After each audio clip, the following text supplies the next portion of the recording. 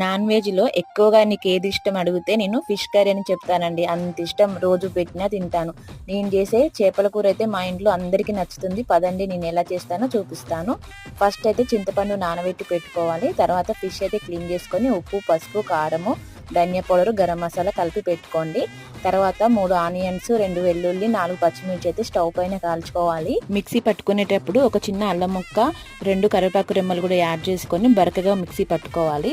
నేను ఆయిల్ అయితే mustard oil అయితే యూజ్ చేస్తున్నాను. ఆయిల్ వేడెక్కిన తర్వాత ఈ ఆనియన్ పేస్ట్ వేసి బాగా కలుపుకోవాలి. ఆయిల్ పైకి వచ్చిన తర్వాత మనం కలుపుకొని పెట్టుకున్న ఫిష్ ముక్కలు వేసి ఒక 10 మినిట్స్ అయితే ఆయిల్లో మగ్గించుకోవాలి. మగ్గించుకున్న తర్వాత చింతపండు రసం అయితే యాడ్ చేసుకోవాలి.